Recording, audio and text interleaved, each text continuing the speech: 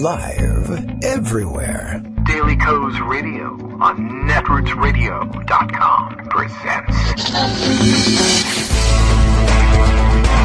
David Walton. Kagro in the Morning Show.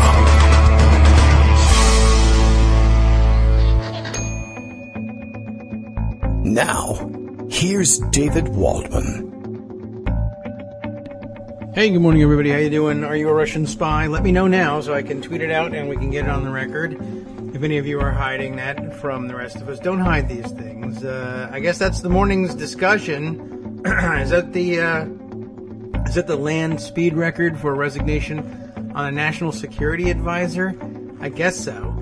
And I know that Donald Trump has been complaining that he's way behind the pace in confirming his cabinet versus other presidents of the modern era, but he is way ahead in having resignations from his cabinet level advisors anyway. Of course, the member or the national security advisor, I don't think normally is a formal member of the cabinet, but it's kind of considered cabinet level, even though it doesn't even have to get confirmed by the Senate. It would have been interesting to have seen what kind of shakeout we would have gotten had all the Republicans gone on record as approving his appointment, if that had been necessary, and now, of course, seeing him resign. We'll try and catch up on everything. We'll see what what we can put together for today's show. Gideon chimes in from the UK. Yes, I just resigned as well, so good on you for doing that. That was a little Britishism here. We don't usually say good on you, but good on you.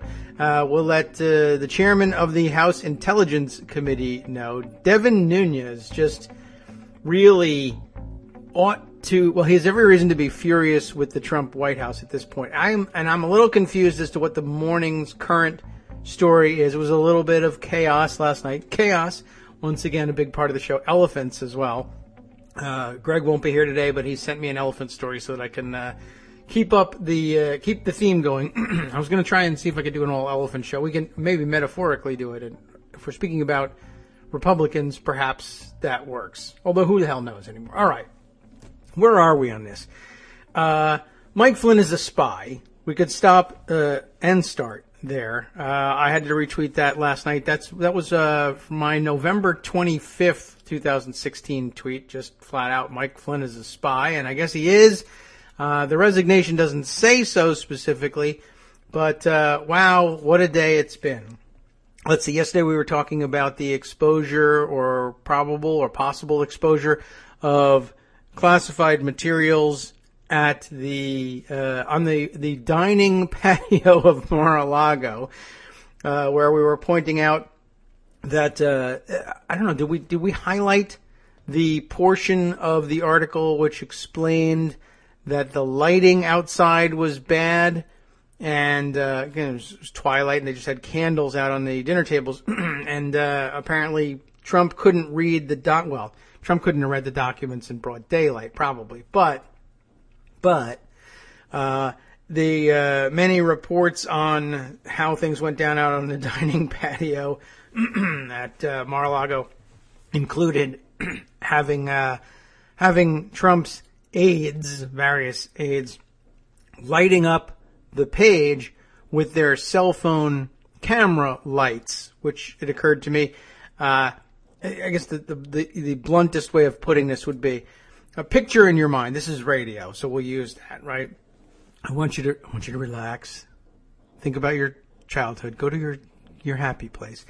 Think about what it would look like. Picture in your mind a trusted national security aide.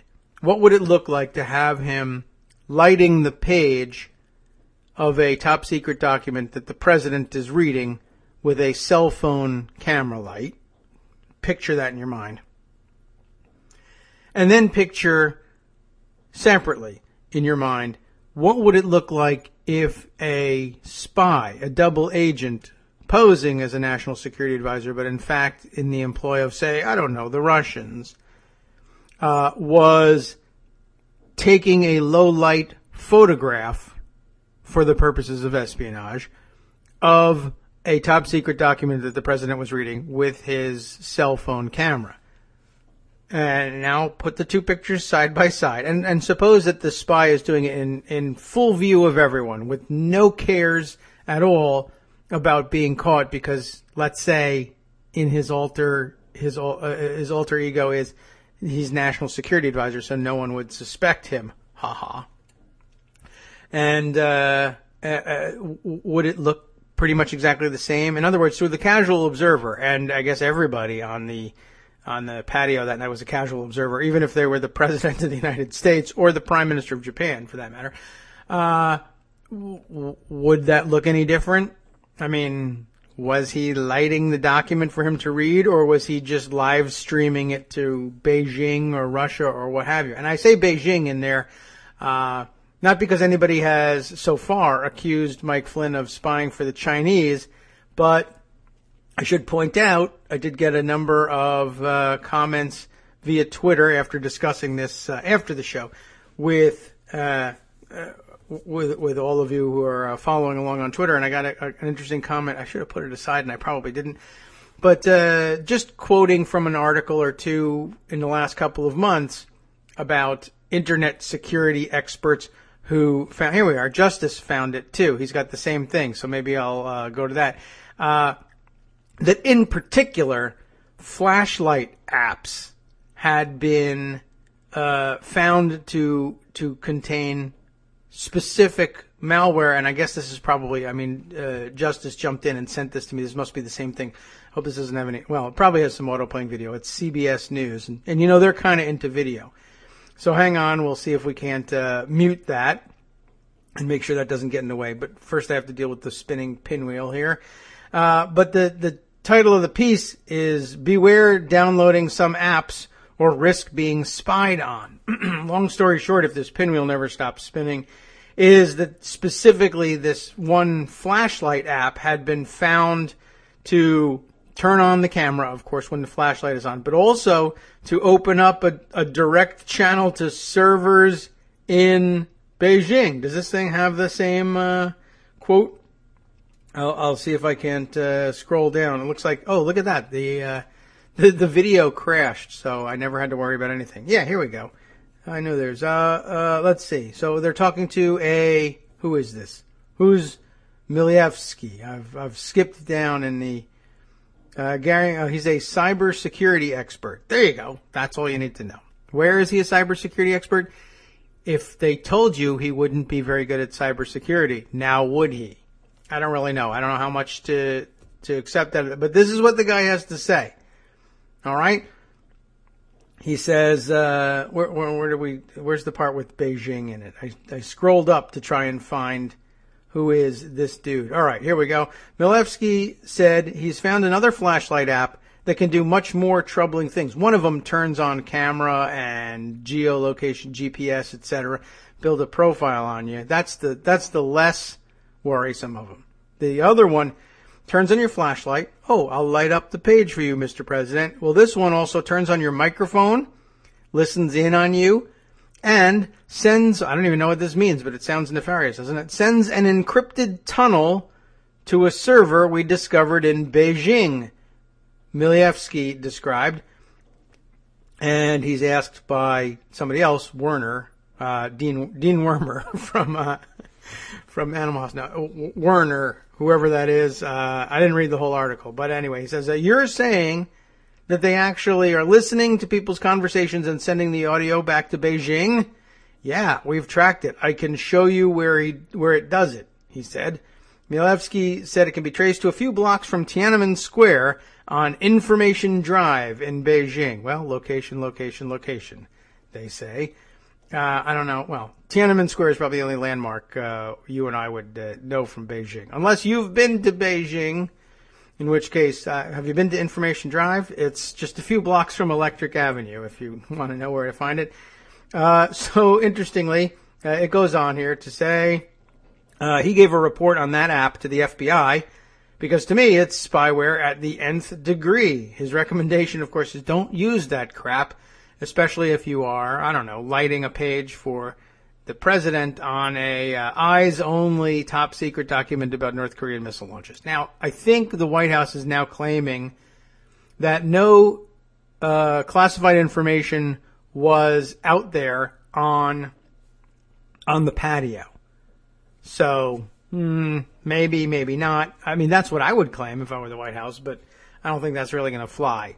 Let's see. Gideon, just clearing things up. An encrypted tunnel, he says, is just what you might think. You're right. I do think it's a stream of bytes from your computer, a wormhole to Beijing, essentially. I'm sure a direct pipeline. It, sends it out. Doesn't go everywhere, just goes to Beijing. And encrypted at that. Okay. Well, something should be encrypted in all this, don't you think? All right. Well, in case you haven't noticed, the the show is live. Daily Kos Radio is live. Bill wanted us to know that I was going to be pondering the choices for Flynn's successor. Will it be Klink or Schultz? Good question. Yes, I mean, the real answer is out there. I seen it last night, but I didn't make note of it. I couldn't tell whether it was,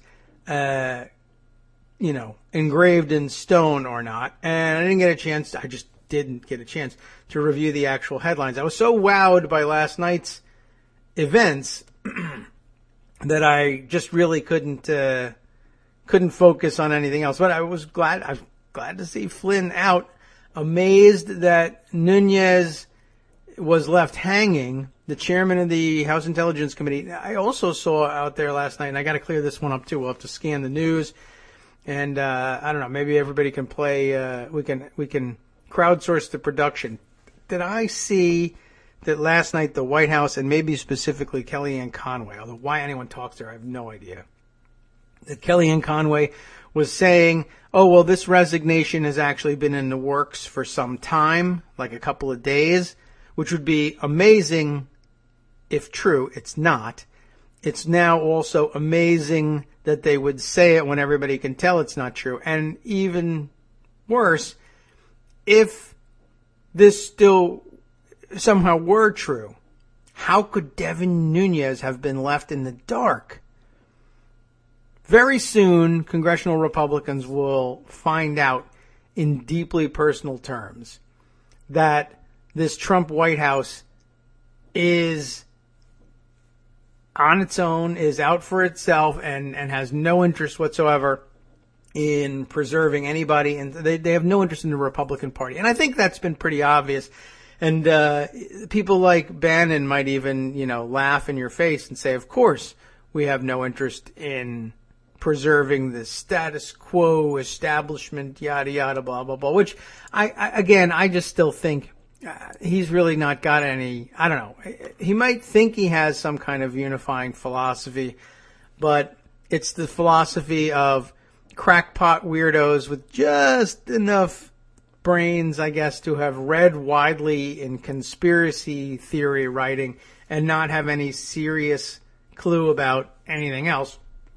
But, I guess, again, dumb people's idea of what a smart and informed person sounds like. And, so when he spouts these ideas about, I'm a, revolutionary, I'm an anarchist, I'm a Leninist, I'm going to bring the whole system crashing down. It feels like, I don't know, it reminds me like that scene out of Good Will Hunting. Like when Will quotes back the books that the guy actually read it from and what pages it's on, and pretty soon you're going to be moving on to this one or that one and the next theory, and next year you're going to tell me that the opposite pertains. Yeah.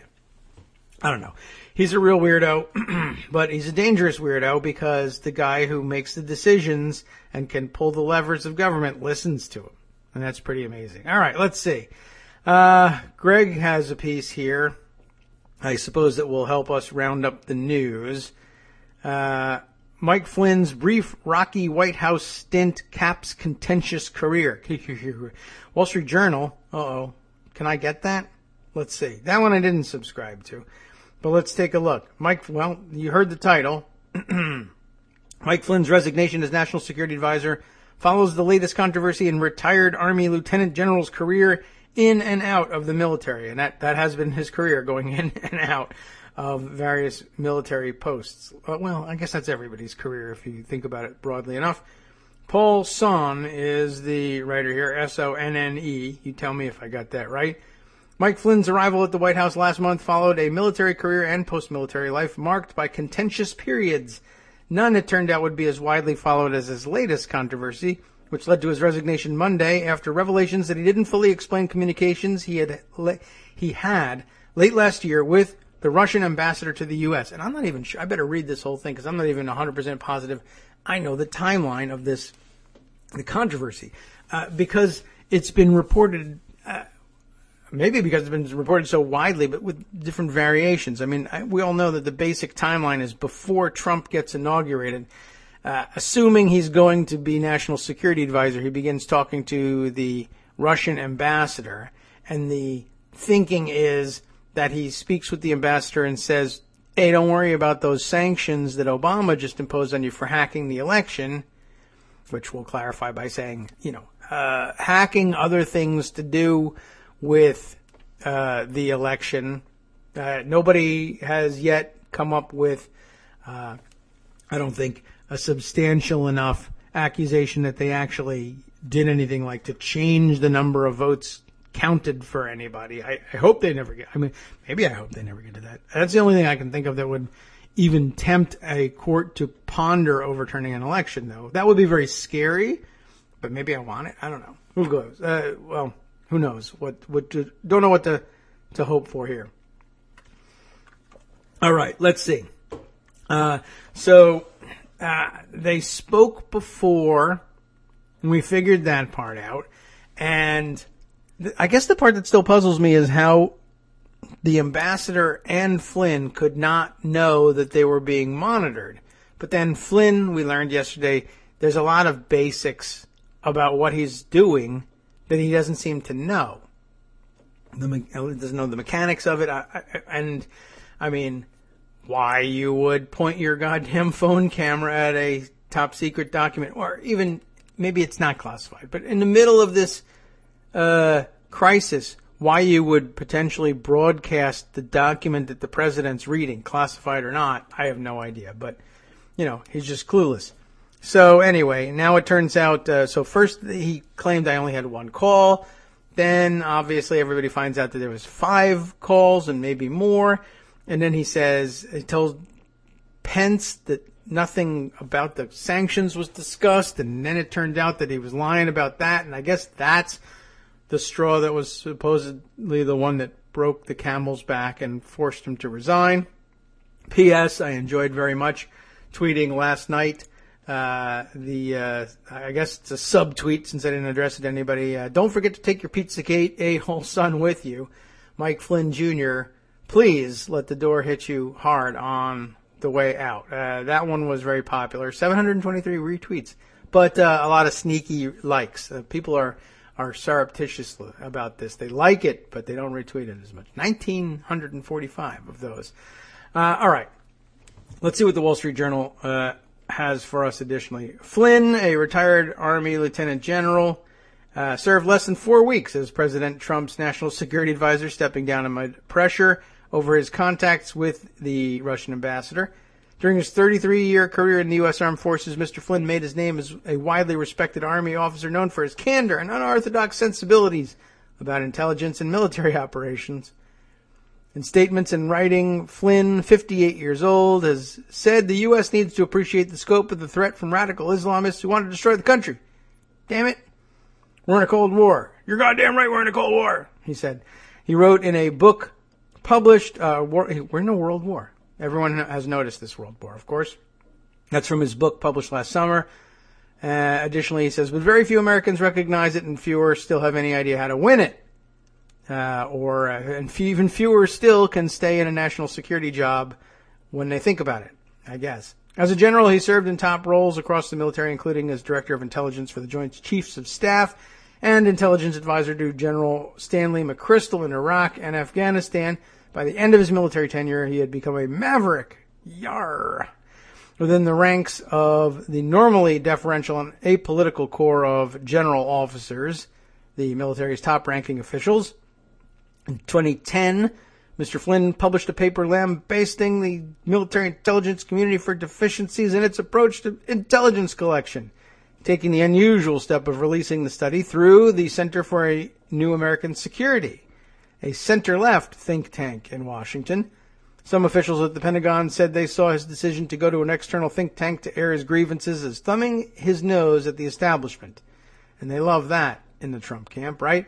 Still, he rose through the ranks. His military career culminated in his 2012 appointment to run the DIA, the Defense Intelligence Agency, the U.S. military's answer to the Central Intelligence Agency. Why they have to answer it, I don't know, but they did.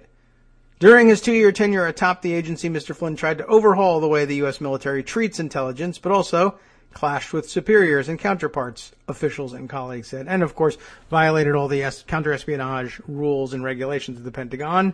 My favorite episode in his career, installing internet access in a secure office, which was not supposed to have any connectivity because they were afraid of it enabling espionage. But he said, to hell with that, I'm putting it in there anyway, and why he's not in Leavenworth, I do not know. Ultimately, James Clapper, then the Director of National Intelligence, and Michael Vickers, then Undersecretary of Defense for Intelligence, removed him from the post in 2014, forcing his retirement. In a July 9, 2016 article in the New York Post, Mr. Flynn wrote that he had been fired for the stand he took on radical Islamism and the expansion of Al-Qaeda and its associated movements, describing his anger at the decision. So that's his view of why he was fired. Other people have different views. Speaking of differing views on why people may have been fired, it turns out, and I guess here, did I put this one aside? I better have. If not, again, we'll call for crowdsourced producing on this one. Yes? No? Really? All right. Well, at any rate, last night's other big news was yes, there it is, the Washington Post, and a trending piece at that. The White House was warned by the Department of Justice, the DOJ, the Department of Justice, we'll call them, with St. Patrick's Day approaching. DOJ, the DOJ. They should just put a little apostrophe in there. Maybe on St. Patrick's Day we'll do that. Justice Department warned the White House that Flynn could be vulnerable to Russian blackmail, officials say. Now, that's been the fantasy in the back of everybody's mind for a long time about Flynn. So it's interesting to see it in the headlines, and in headlines telling us that the Department of Justice thought that that was the case too. Watch out, White House. Flynn, in particular, could be vulnerable to Russian blackmail. Of course, telling that to this White House didn't do anything because the whole White House is vulnerable to the same Russian blackmail, and they said, what else you got? But by now you already know the news. But if you don't, I guess stick around for the shocker here. The acting Attorney General informed the Trump White House late last month about this. Why the acting Attorney General? Because there was no Attorney General. Sessions wasn't yet confirmed until last week. And instead, the acting Attorney General had to do the job. Who was the acting Attorney General? We'll get right to it. Sally Yates. Of course, Sally Yates, the one who we heard about first being fired for refusing to or directing Justice Department personnel not to defend these unconstitutional and otherwise deficient executive orders on immigration issued by President Bannon. And so Yates first came to national attention from that episode. But now it turns out that it's an accurate headline, I guess, to say that the Department of Justice official who warned the White House that Flynn could be subject to Russian blackmail was fired. Now, some people will dispute it and say, well, that wasn't what she was fired for. But now we have to start to wonder whether it was or it wasn't. Maybe, I don't know. Now, it's a far-fetched thing to say, well, then that's when they contrived the order, but nobody's saying that's when they contrived the executive order as a diversion, as a better cover for firing Yates than firing her for the warning. But I will say there's just not enough time has elapsed in this administration to adequately separate everything. It may very well be that they just said, well, why don't we roll out this EO and, we'll get around to getting rid of Yates one way or another. And she accelerated things by saying, yeah, this isn't going to cut the mustard here, so we're not going to waste any time defending it. All right. Well, anyway, I guess with that on the record, maybe we can return to the Wall Street Journal's summary here just to make sure we don't miss anything and maybe see if there are other avenues to explore. All right. Let's see.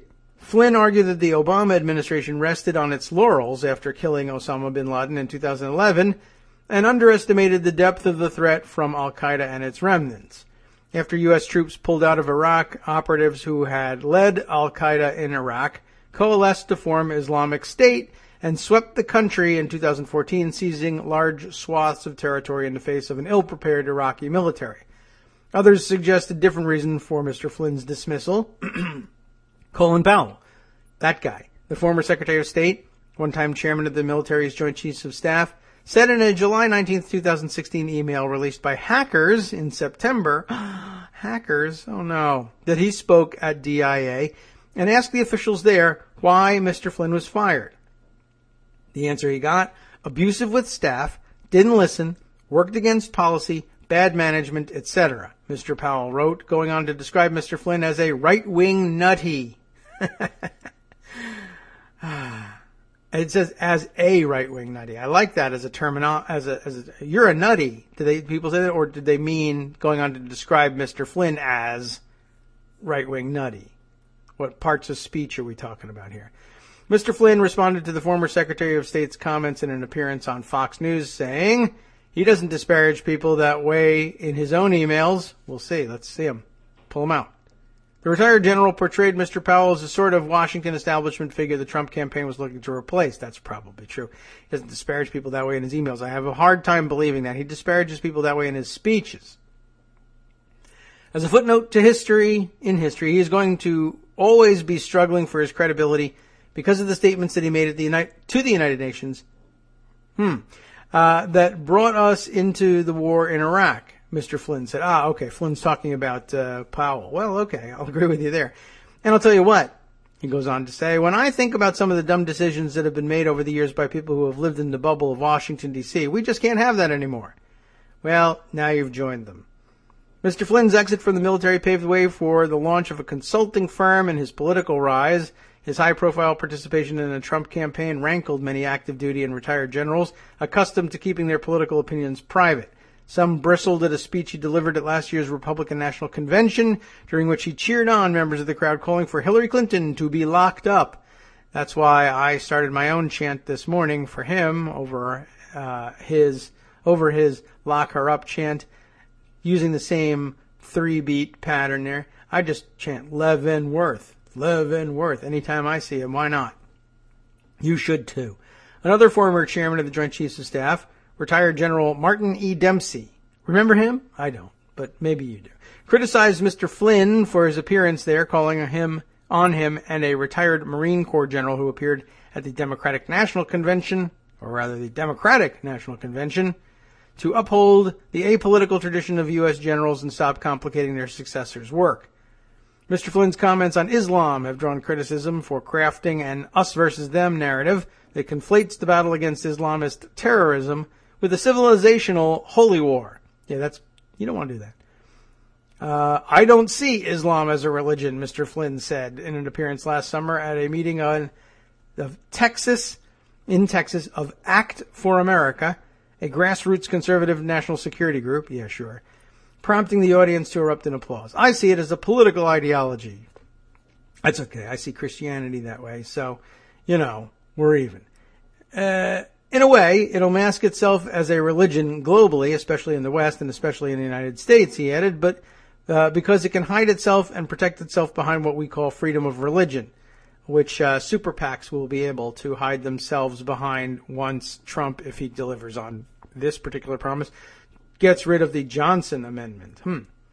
Well, something to think about. He has railed against those in the U.S. establishment who refuse to say Islam itself is a problem. In a February 2016 post on Twitter, he wrote, "Fear of Muslims is rational." And he used all caps for the word rational. which makes you think maybe it isn't. Like Mr. Trump, Mr. Flynn has advocated for a rapprochement with Russia on the basis that both countries should focus on countering Islamist terrorism and Iran's nuclear ambitions rather than each other. But he has also called President Vladimir Putin a dictator and a thug. Oh well, probably not while he was at the table with him. A trip to Russia 6 months after Mr. Trump declared his candidacy drew attention in the U.S. In December 2015, he visited Moscow to participate in a 10-year anniversary gala for RT, the Russian state-sponsored English-language television network, which former Secretary of State John Kerry has described as a propaganda bullhorn for the Kremlin. During the celebrations, Mr. Flynn gave an interview with one of the network's top presenters in front of an audience and was photographed sitting next to Mr. Putin at the gala dinner, a public relations coup for Moscow, which by then had been punished by Washington for seizing a swath of territory in neighboring Ukraine. I keep seeing that picture, and I'm astonished that I don't understand. I don't understand why he's there. I mean, I guess I get the picture. I don't understand why Jill Stein is there. People keep pointing that out to me, and it doesn't make any sense to me. What? Was she a frequent guest on their programs or something? Maybe is that? I don't know what the premise of having her there was. I don't know anything about her. That's why. I mean, that's why I don't discuss her too much. Anyway, in an interview last year with the Washington Post, Flynn defended his trip, saying the Russian state network paid him through a speaking engagement agent to attend the event, which he described as a great learning opportunity. That, too, now in some question.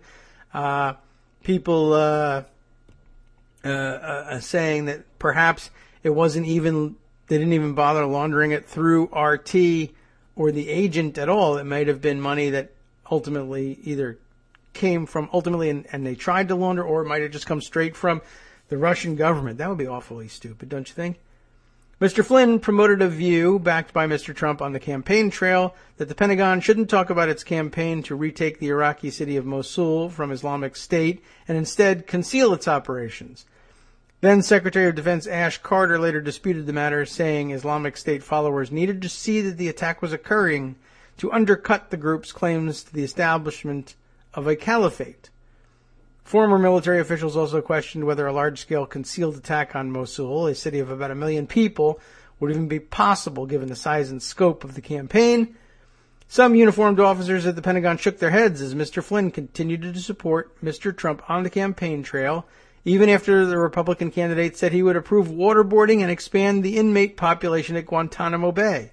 And he might, by the way, yet expand the inmate population. Mike Flynn might be the next one to go. Mr. Flynn was the lightning rod for opponents of Mr. Trump during the transition period. He drew heavy criticism over his use of his Twitter account, which was taken offline in recent weeks. As National Security Advisor, he served as Mr. Trump upended U.S. relations with stable allies Mexico and Australia and pushed for talks with Russia. 2 days after Mr. Trump's inauguration, U.S. officials disclosed Mr. Flynn's communications with the Russian ambassador and that they were part of a U.S. counterintelligence investigation. So that's your basics on Flynn. Almost certainly most of you have heard the bulk of that already. I just needed to get my own grounding in this, I think. It really is an amazing thing. And maybe he should be in Guantanamo Bay for his own safety. It might actually be better for him there than elsewhere. I did have somebody ask the question, I think rhetorically, and I think we all still think it's a rhetorical question.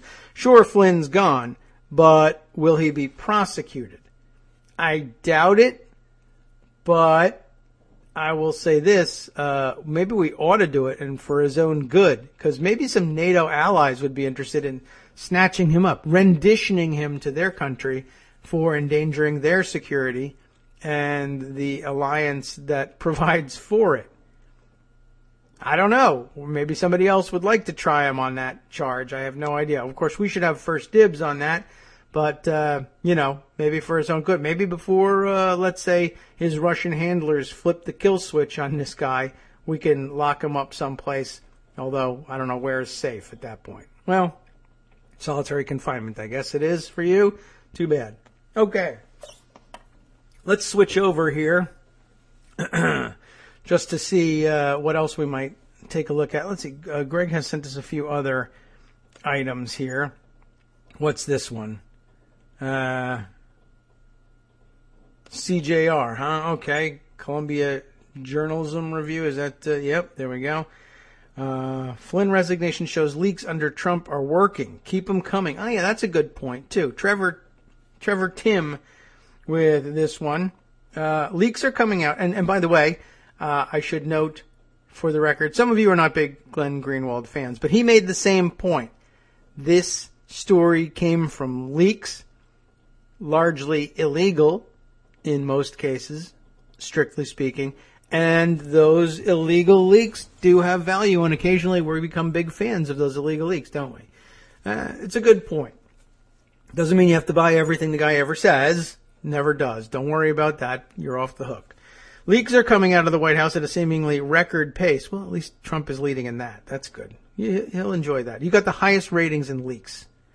At a seemingly record pace, many of which have painted a picture of a dangerously ignorant and ill-equipped president. Oh. Yeah, you won't want to have those. The number is good. We have the record for the number. They're just not the best leaks. There's just a lot of them. Ah, man. Many of which have painted a picture of a dangerously ignorant and ill-equipped president who is narcissistic to the extreme, unable to let go of even the smallest of slights. But some of these leaks have halted a Trump appointment and controversial policies in their tracks, and it's a lesson showing how whistleblowers and leaks to the press are vital for democracy. National Security Advisor Michael Flynn was forced to resign late Monday, just 3 weeks into the job, following the revelation that he lied to both the Trump administration and the public when he said he did not discuss outgoing President Obama's sanctions on Russia with that country's U.S. ambassador just after the election. Multiple outlets have reported over the past few days that intercepts of the phone call showed that he in fact did, despite personally telling Vice President Mike Pence the opposite. Again, cannot understand how he thought he could survive that if he knows, and that's the big thing. How do you survive as National Security Advisor if you don't know that that's monitored? That's a separate question. But here's the important part, Trevor says. It turns out It turns out it wasn't the lying that got him fired. It's that his lying leaked to the press. Nuance. Okay. The Washington Post reported that the acting attorney general, again, that's Sally Yates, told the White House weeks ago that transcripts showed Flynn likely misled administration officials. It wasn't until the public found out he lied, based on a torrent of leaks from inside the administration in past weeks, that Flynn was forced out. So, we know he spoke to the Russian ambassador. We ask him, the public, why? Why did you speak to the Russian ambassador? Oh, nothing untoward. We didn't discuss the sanctions. He says, knowing that the FBI will know what was discussed. The FBI, it turns out, does know. They tell the acting attorney general. The acting attorney general tells the White House, yeah, listen, the guy said he didn't speak to the Russian ambassador about the sanctions, but we know he did. The White House says, and let it lie for weeks. And probably just said, well, who knows this? The acting attorney general knows, but we canned her ass. So she's gone. And if she brings it up now, we can just say sour grapes, disgruntled former, blah, blah, blah, blah, blah. We just have to worry about it leaking from elsewhere. And why don't we announce that we're going to have internal security measures and we're going to be monitoring everybody's phones and emails, and then it won't leak. But that's not enough to prevent leaks in Washington. And lo and behold, it does leak. And now, oh my God, we got to have Mike Flynn's resignation. Not when we found out he lied, but when we found out that you guys found out that he lied. That is a good point. So thanks for bringing it up, Trevor. Let's see. What else have we got here? The Flynn episode is just the latest and most high-profile case in which the Trump administration has been forced to reverse course because of leaks to journalists.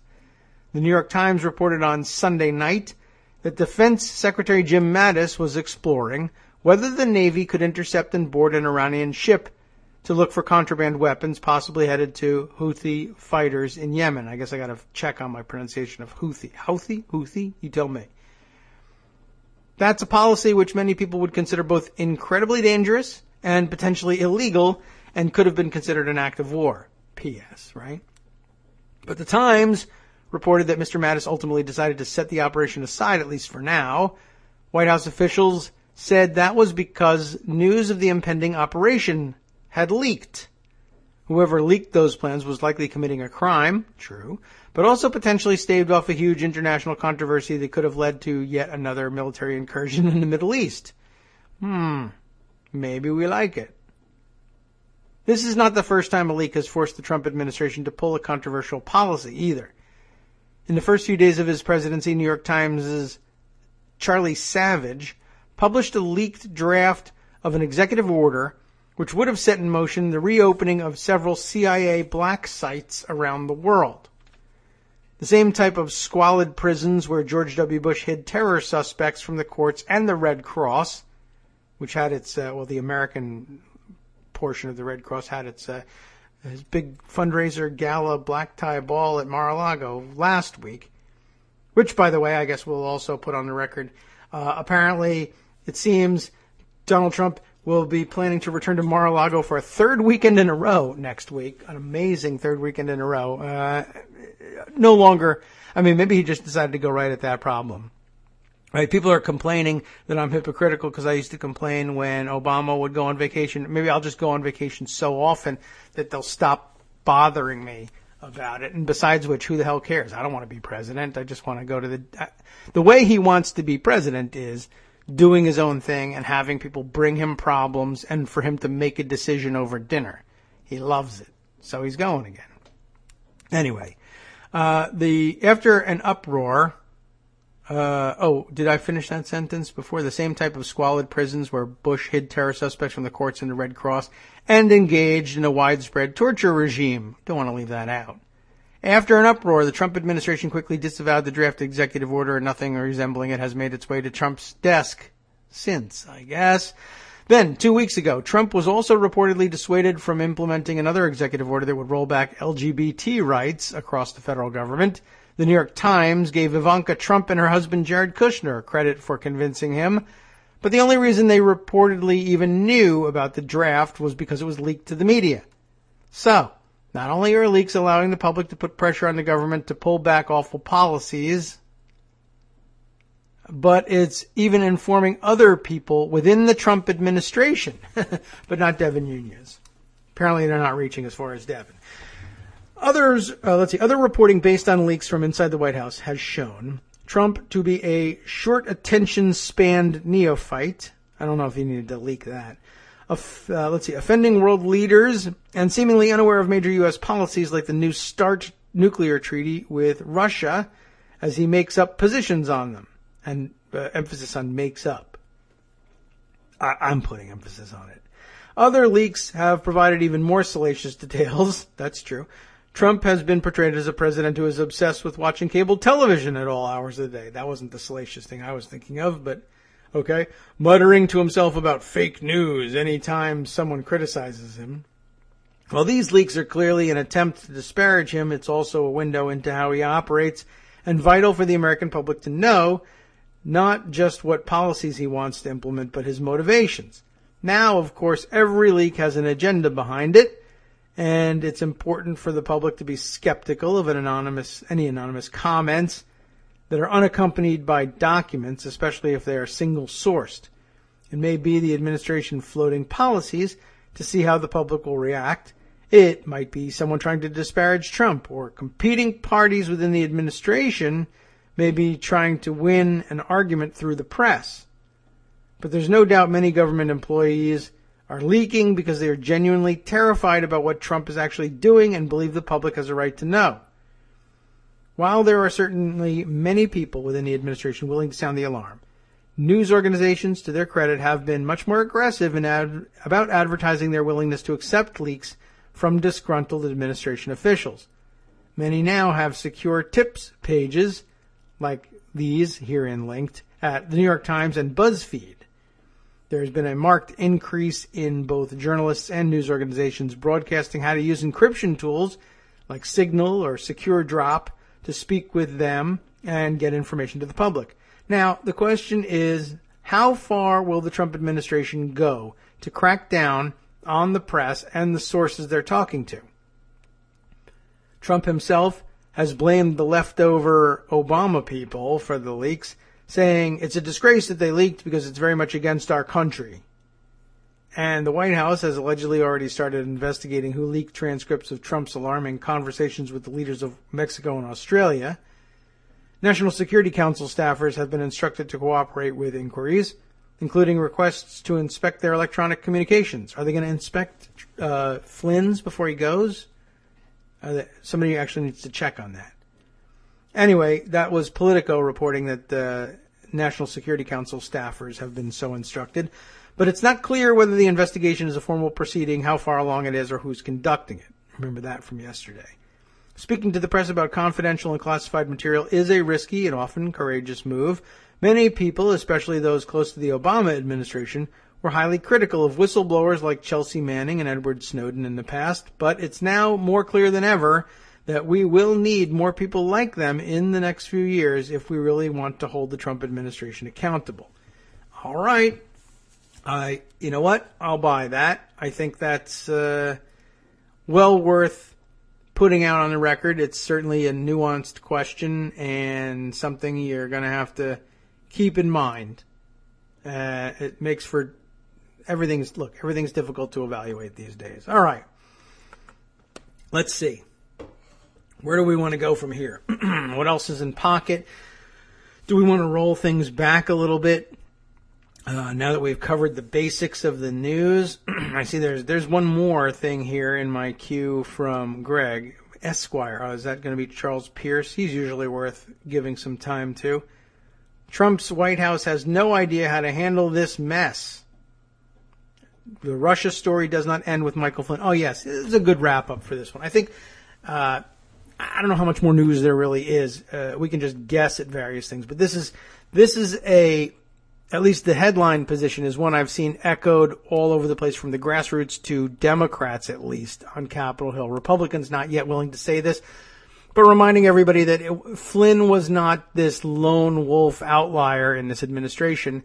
And I have seen pointed out, it's worth remembering that this is the third of Trump's top advisors from the campaign forward. The third of his advisors who has had to resign over improprieties with regard to Russia, right? Carter Page allegedly resigned, but, resigned, I think, Corey Lewandowski style. He's around, and he'll be back when they need him. And he's still communicating with them no matter what's happening. Paul Manafort, of course, who I think also has the same relationship, same ongoing relationship. And now Flynn, who might be done. I'm not really sure. Anyway, back over to Esquire. And it being Esquire, I feel compelled to tell you that I am reading the most important article of the day that I know of from Esquire. But the most popular article of the day is Playboy is bringing back nudity in its latest issue. Okay, that's good to know. I had heard that they had gotten rid of the nudity in there, and I thought, that's interesting. Now people will have to read it for the articles. But I guess, I don't know. Is it just the one issue? Like, we talked to this person, they were very interesting, but I would also wanted to see her naked, or was it, that's it, everybody wants the nudity, we'll bring it back. I don't know. Important questions of our time. All right, let's see. Where are we with this? Oh, yes, Charles Pierce. Remember bombshells? Not the blonde World War II variety. He's been reading the Playboy article, I guess. Or the actual explosive devices, but rather the big newspaper stories that would explode seemingly out of nowhere, initially sounding so preposterous that more than a few people wondered if the reporting was unsound or even fictitious. As it happens, these days we're all living downrange from freaking artillery practice, and one bombshell sounds pretty much like all the others when you're a civilian looking for some foxhole into which you can dive to get out of the relentless torrent of crazy that's detonating on top of us every news cycle. I don't believe that you would be able to get away with that sentence in English class, but luckily you're well past that, Charles. This, for example, from the Washington Post, is a legitimate bombshell. And this is the heart of the article that I mentioned to you, but skipped reading. Ready? The acting attorney general informed the Trump White House late last month that she, keyword there, believed Michael Flynn had misled senior administration officials about the nature of his communications with the Russian ambassador and warned that the National Security Advisor was potentially vulnerable to Russian blackmail, current and former U.S. officials said. The message, delivered by Sally Q. Yates, I love that it's Q, Sally Q. Public, I like that, and a senior career national security official to the White House counsel, I guess there's another person involved here, was prompted by concerns that Flynn, when asked about his calls and texts with the Russian diplomat, had told Vice President-elect, then-elect, Mike Pence and others that he had not discussed the Obama administration's sanctions on Russia for its interference with the 2016 elections. Now, let me just read the beginning of that again. The message delivered by Sally Q. Yates and a senior... Okay, so it certainly seems to be implying that it was two people here, one named and one unnamed, a senior career national security official. All right. It's unclear what the White House counsel, Donald McGahn, did with the information, and that brings to mind another of the articles that Greg sent earlier. We might as well just let Greg do the show. Come on. It's unclear what White House counsel Donald McGahn did with the information. That's where the warning went to. In the waning days of the Obama administration, James R. Clapper, Jr., who was the Director of National Intelligence, and John Brennan, CIA Director, shared Yates's concern and concurred with her recommendation to inform the Trump White House. They feared that Flynn had put himself in a compromising position and thought that Pence had a right to know that he had been misled, according to one of the officials who, like others, spoke on the condition of anonymity to discuss intelligence matters. Incoming, says Pierce. And by 11 o'clock Monday night, Michael Flynn had resigned. What that means about his ongoing relationship with the president, and there's an asterisk here, of course, is anybody's guess. A couple of things. First, Sally Yates turns out to be an even bigger hero than we thought she was when she made the stand that got her fired on the immigration order, and one wonders what else was up with that now, too. Second, I know it's hard to believe that either Clapper or Brennan, as far as... It's hard to believe either Clapper or Brennan as far as you can throw a federal courthouse, but they had absolutely no reason to align themselves with Yates's concerns except out of a legitimate concern for national security. Third, anyone fantasizing about what it would take to get the president out of the White House and back on NBC where he belongs now has to factor in that Mike Pence is tainted by this dangerous nonsense too. At the very least, as people from Indiana warned us, the man is adult. Per the Post.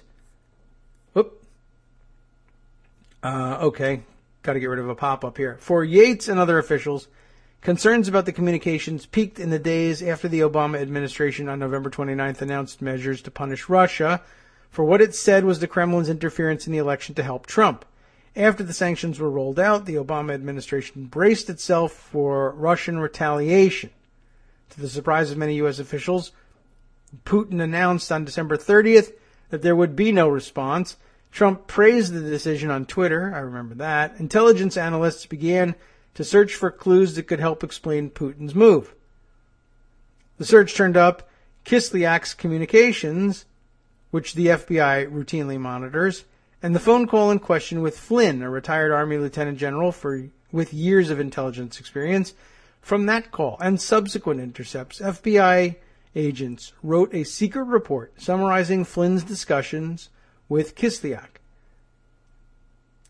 Yates, then Deputy Attorney General, considered Flynn's comments in the intercepted call to be highly significant and potentially illegal, according to an official familiar with her thinking.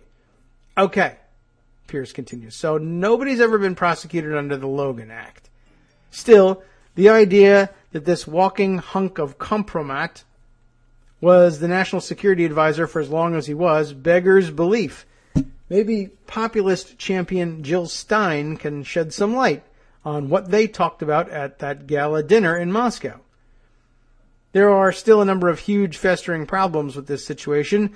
Flynn's lack of credibility and obvious crackpottery were only the most glaring of them. By all accounts, Flynn was a good soldier until radical Islamic terrorism set him off the deep end.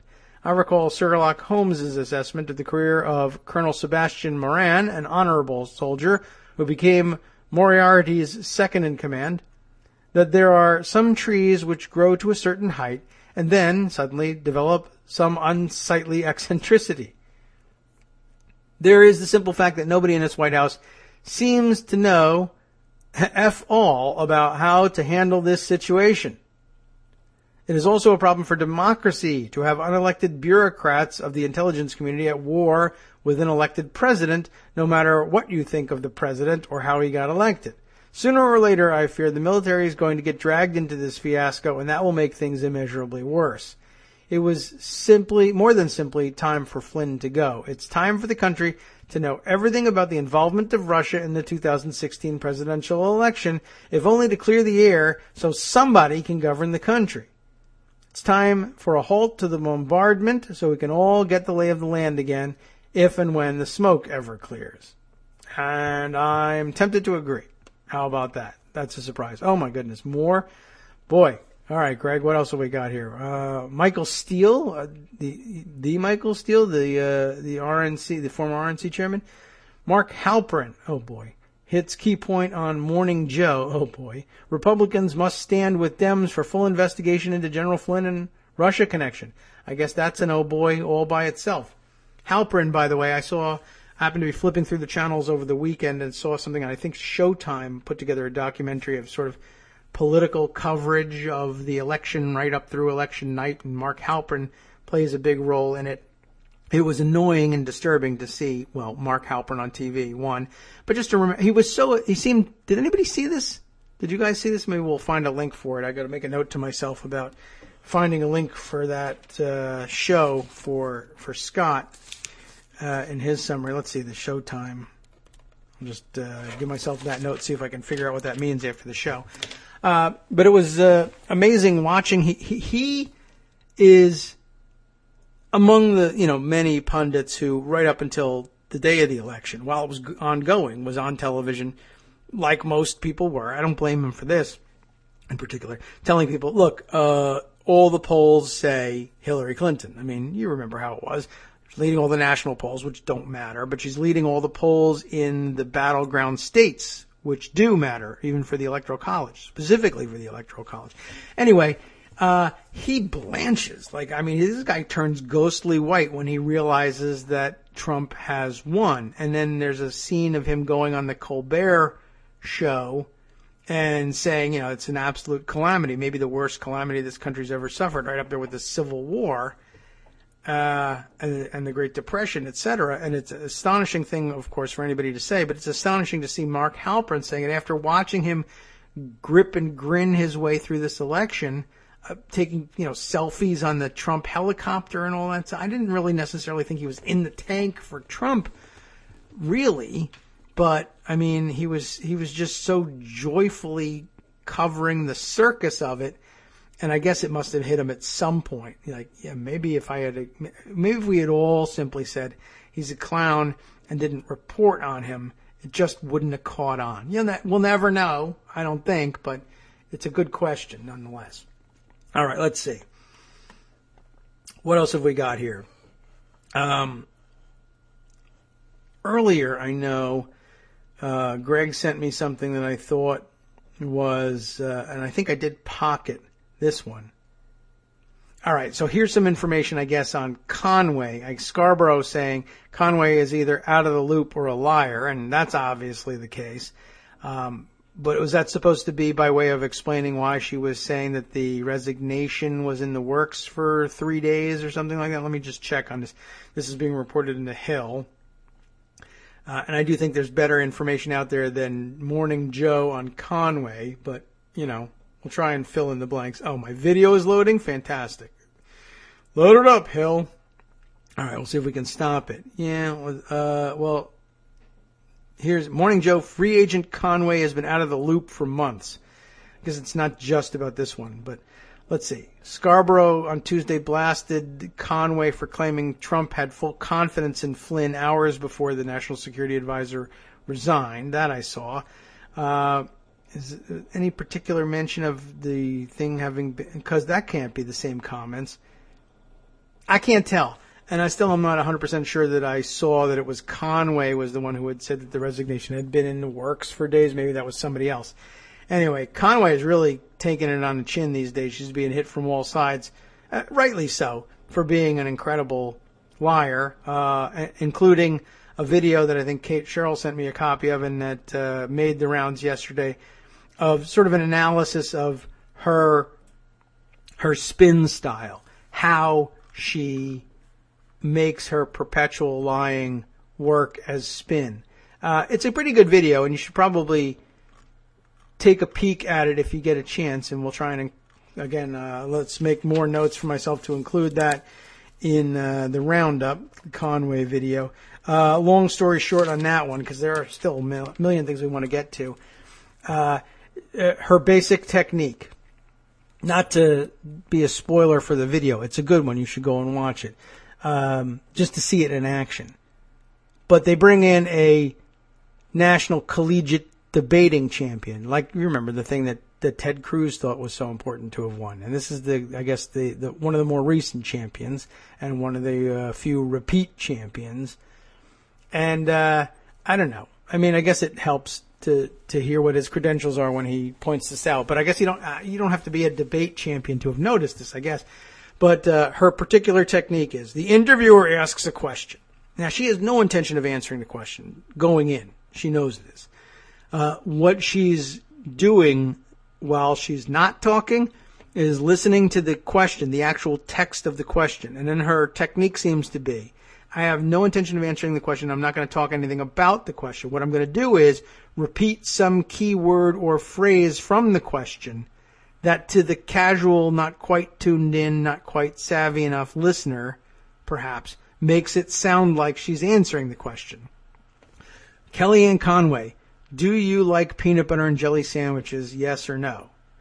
Well, let me just tell you something about peanut butter, Chuck. One thing about peanut butter that people don't know is that Barack Obama was born in Kenya, where they don't even have peanut butter. And I think it's really troubling that we don't know whether our current president is a foreign-born Islamic terrorist traitor or not, right? So answering questions just like that. What can you tell us about what Mr. Trump is thinking with respect to, oh my God, he's a total idiot? You know, same thing. Well, let me tell you who's a real total idiot, Chuck. That's Hillary Clinton, because you just repeat one word or phrase of the question. It doesn't fool the interviewer in most cases, but the interviewers do have other questions to move on to, just as we have other stories to move on to. It's really fascinating. You should take a look at it. And it's one of those things that I think once you see it and hear it in action, which even now I really think we should play it. But instead, I'm just going to refer you to it. I assign it to you as required viewing. It's not long. It's about 4 to 6 minutes is the whole video. And really, you only need about 1 or 2 out of those whole minutes. The rest of it is very entertaining, and it's interesting to watch it in action. But once you see the technique being used, you won't forget it. It's like listening. Did you ever see the video? I know I've discussed it on the air before, of the sound editors, movie sound editors, talking about the use of the Wilhelm scream. If you're new to the show or don't remember my having discussed it, or I'm crazy and I never did discuss it on the air, I think an easily findable video on YouTube also.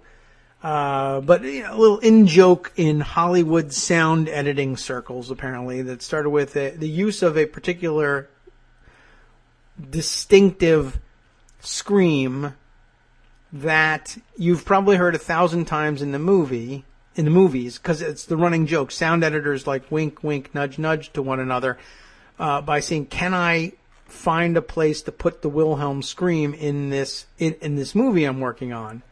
And then they all laugh it up. And normies, as the alt-right would call us, like you and me, until we're clued in on it, it never registers. And that's the big joke of it. You can put it in the most serious film. You can put it in, an adventure blockbuster. And people say, why would you have that cheesy thing from the 1950s? And it does date back to the 50s, as I recall.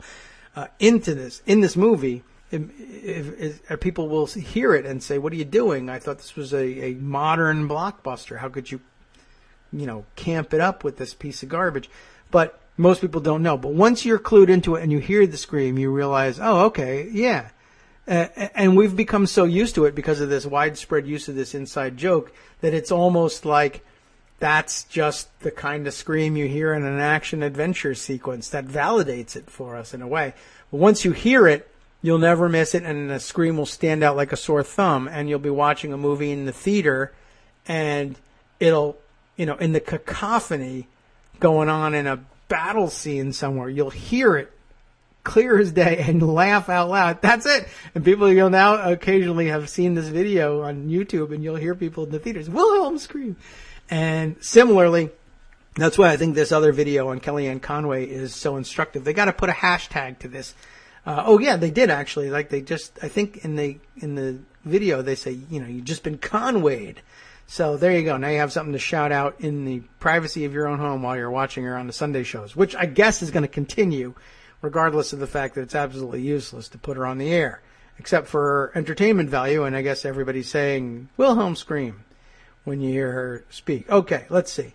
There was one other thing here.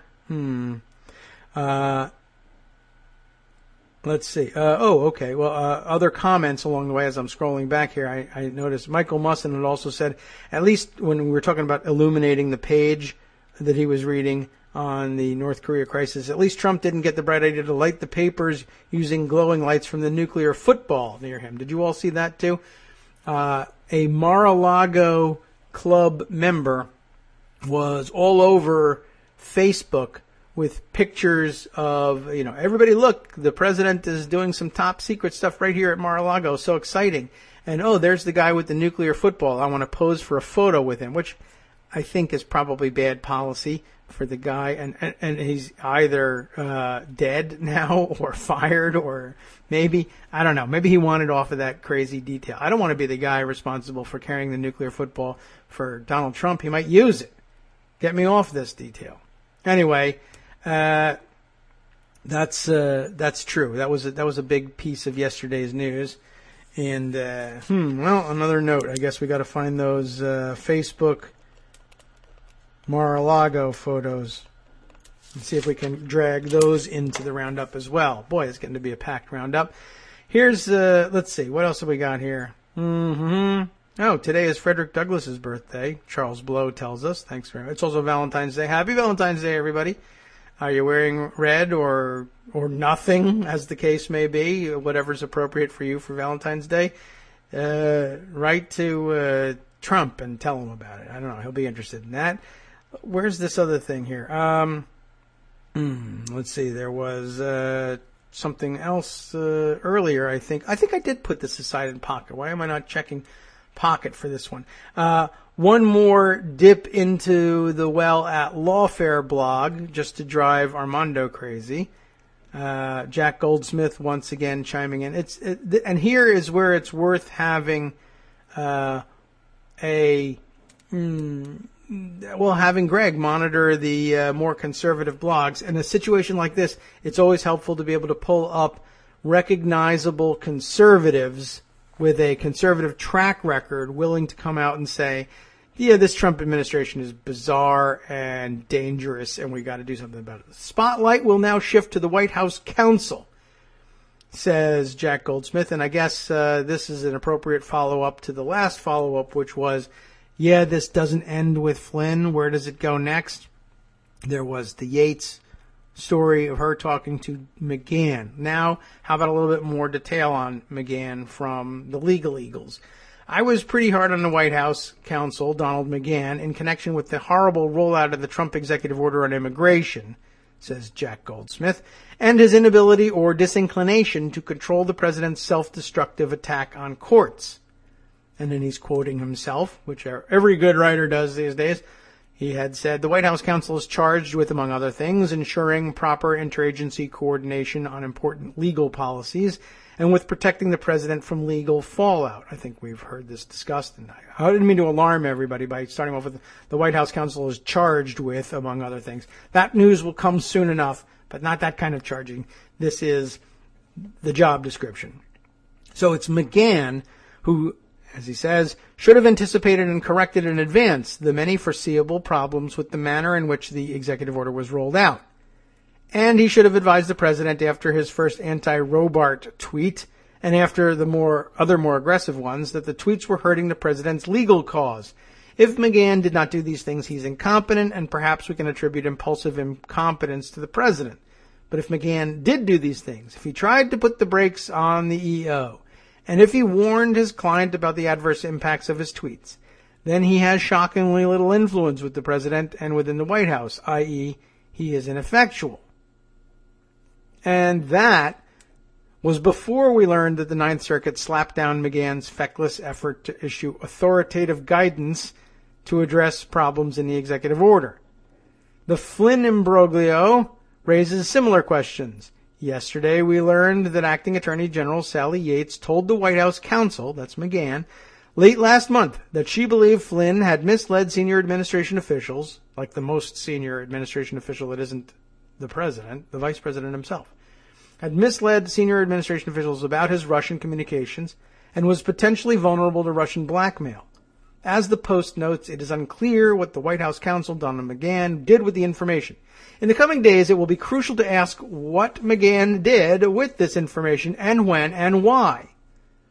Other questions will and should be asked about what McGahn has done to enforce ethics rules. Ethics compliance is one of the White House counsel's primary responsibilities. It's actually one of the things he's worst at, but okay.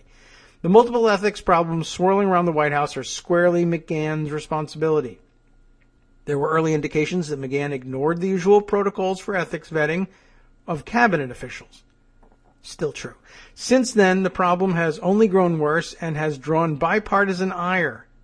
One wants to know what McGahn's role has been in ensuring or not ensuring compliance with relevant ethics rules, and as several Democrats, don't forget who Jack Goldsmith is. He says several Democratic senators, yes, asked last week what clear and specific steps the White House is taking to prevent further violations of government ethics laws by members of the White House. McGahn is also at fault if it is true that, as the New York Times reported without attribution, Trump was angry because, quote, he was not fully briefed on details of the executive order he signed concerning the organization of the National Security Council and the Principals Committee, the assignment of Bannon to that in particular, right? It is possible, as I said in my original piece on McGahn, that the many White House screw-ups outlined above are less a result of McGahn's incompetence and more of a result of his lack of access to the president. If that is so, then the blame is partly the chief of staff's, and McGahn needs to insist that the problem be fixed or resign. I doubt this is the problem, however, since McGahn was Trump's campaign lawyer and by all accounts remains a close senior advisor. A related problem may be that Trump is simply a rogue elephant, whom no chains can bind, and that McGahn is giving Trump appropriate advice that is having no impact on his behavior. I doubt that is a full explanation either, since, among other reasons, many of the problems outlined above cannot have been a result of Trump's intransigence. It thus appears that the problems noted above are less about access or influence and more about McGahn's substance and style. McGahn is reportedly an iconoclast bent on shaking things up. Unfortunately for the president, that is not an attractive quality in a White House counsel, whose main job is to ensure that the president and the White House steer clear of legal and ethical and related political problems. Good point. In other words, if you're going to have a White House staff full of people who are iconoclasts and love to shake things up and they're Leninists and they're going to pull the whole system down, there has to be an adult in the room somewhere. That guy is supposed to be the one assigned to the job of White House counsel to make sure that while you're pulling down the system, you don't all go to prison. But maybe he's so incompetent. Maybe inadvertently Donald McGahn ends up being a hero of the Republic after all. I didn't know I could protect you all from going to prison, and now you're all in jail. Dang. Oh, well. Yay, you're a hero. All right. What else? Let's see. I don't even know what to move to next. I had a question posed to me. I noted that. This is a shift in gears, but I wanted to at least acknowledge that the question came in from from Bama Kelly, Alabama Kelly, who tweets under the handle of, you'll find her at the address of Camelot K. Do I have that right? Camelot Kelly? So you can follow along and find that. The question, though, was posed. She's a daily podcast listener. Thank you for letting us know about that. Please discuss how the so-called president, under the hashtag SC POTUS. I was confused by that for just a second. SC, South Carolina Supreme Court, so-called POTUS. There we are. Okay. Please discuss how the so-called POTUS knew we were in terrible imminent danger from refugees during his campaign before he started receiving such scary daily briefings. Note, government attorneys provided zero evidence to the Ninth, that'd be the Ninth Circuit, that was reviewing the executive order on immigration. Thanks. And here's the puzzle. I don't really know exactly what to discuss on this front. I want to acknowledge getting the message. I probably should have just tweeted back. But if you're a daily podcast listener, you're listening. Kelly, tell me a little bit more about what we ought to be discussing here, what you wanted to know about. I mean, I'm thinking, there's one. I already have this open. I can just, I have too many tabs going here. Discuss how the so-called president knew we were in terrible imminent danger from refugees during the campaign. Now, don't forget that he was entitled to security briefings during the campaign. I doubt very much that any of the security briefings during the campaign was telling him that we were, in fact, in any kind of danger from refugees. That's certainly true. I mean, it seems to me that your question answers itself, and maybe you just wanted to bring that point up. But he was getting security briefings, but not very often. He didn't like sitting for them, for the most part. Two, they're not as detailed as those that you'll get as president-elect, or as president, of course. And three, none of them would have had that information in there. What of course, is really happening is he didn't have information that we were in any danger from refugees from any reputable source. He just had it from conspiracy theorists and xenophobes who were advising him that this is working great with the people that we expect to be able to turn out to vote for you, so keep saying it. And that's why when the government attorneys appeared before the Ninth Circuit, they didn't provide any evidence. They don't have it. It wasn't part of his briefing. They would have been in trouble as officers of the court if they had simply submitted the baseless idiocy that was his campaign materials as evidence for the necessity of the executive order. That wouldn't have done anything for them, and it would have gotten them in trouble, and that's why there wasn't anything. So, I don't know. Beyond that, I don't know if I have anything to add on that one, but maybe you do, Kelly, and you're certainly welcome to try and redirect the conversation or tell us exactly what else you thought ought to have been mentioned about it. They made up this crap for the campaign, and the lawyers, at least these lawyers, if not Donald McGahn, were smart enough to know that they would get themselves in serious trouble if they just, submitted the campaign stump speech as evidence for the executive order. That wasn't going to work. Okay. Moving on to another follow-up piece from yesterday's discussion, another one provided by Greg. Important, I think. Remember that I mentioned yesterday in trying to segue over to Stephen Miller, which I'm still trying to get to, and what kind of person he was and why he's such a weirdo, that he had been on the Sunday shows and was insisting to everybody that this president had done so much, that more in the 3 weeks than most presidents do in an entire administration. You remember that? And I don't think I had a source for that one except to say he said it on all the Sunday shows. Politico magazine is now a print source for that. And I will say this. Yesterday, that was a more hollow statement. Today, that has more substance, but not the substance that they were looking for. Most presidents don't have any national security advisors resign in disgrace over improprieties with respect to Russia and or espionage. And the Trump administration has managed that in just 3.5 weeks. So congratulations to them. The photo illustrating this piece, by the way, in Politico magazine, by the way, is another horrible one of Trump. But there's a stray hair in this one, and man, it's really amazing how long this stray hair is. Which, by the way, one of the worst photos I've seen to date circulated of Trump yesterday, in which he is with Canadian Prime Minister Justin Trudeau. Oh, yes, shout out to Canada. Your Prime Minister was here, and I didn't learn anything about Canada. I really blew that opportunity, but he played it cool. Best thing going was he knew, Trudeau did, he knew about the Trump handshake trick where he yanks your arm, and apparently he did it to Trump first. Trump greeted him at the portico of the White House when he arrived, and Trudeau took the opportunity to grab his hand and yank it really quick. And then for the official handshake photo that Trump likes is the one with them in the Oval Office, seated in the chairs in front of the fireplace. That's where he likes to do the hand yank. That's where he just did it to the Japanese Prime Minister. And the photo of that circulated yesterday was of Trump with his hand extended. Extended as far as those little fingers could go, and Trudeau just like staring at the hand like, here it comes. And I think he avoided it the second time anyway.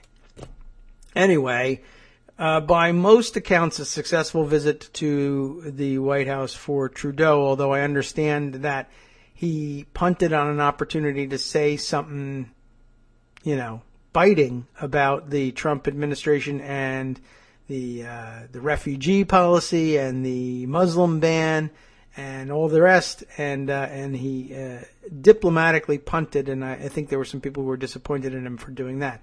Canadian people who were disappointed. The kind of people that matter. If Americans are disappointed in Trudeau, that doesn't matter. Here's one of the few times wherein I will tell you, where an American will tell you, the American opinion on this Canadian thing doesn't matter. And it's the Canadian opinion. When it comes to Canadian politics, I think you got to grant them at least that. Anyway, somewhere along the line, they're exiting a door somewhere, and it was a windy day yesterday, and I guess they open a door to go outside, and there's a gust of wind, and it blows Trump's hair all to pieces. And, oh my God, what you can see in this. I guess he doesn't pull his hair back for his spray tans. So not only is this ridiculous comb over blown straight up in the air, and you know who's got a good look at it? Our cartoonist pal Tom Tomorrow was tweeting this thing around along with the comment, if you're looking for a keyword here, that I guess Trump basically looks like, without his spray tan, looks like Darth Vader without his helmet on. Literally, you can see the line, the demarcation line between his orange spray tan and the untreated skin. When the hair gets blown up, he doesn't pull the hair back and get the full forehead and hairline. It stops a good, inch or so before the hairline. They just try to spray under the hair or something. It's the most bizarre thing you ever saw. So I recommend searching through Twitter to see if you can find that one. Maybe note to myself one more time.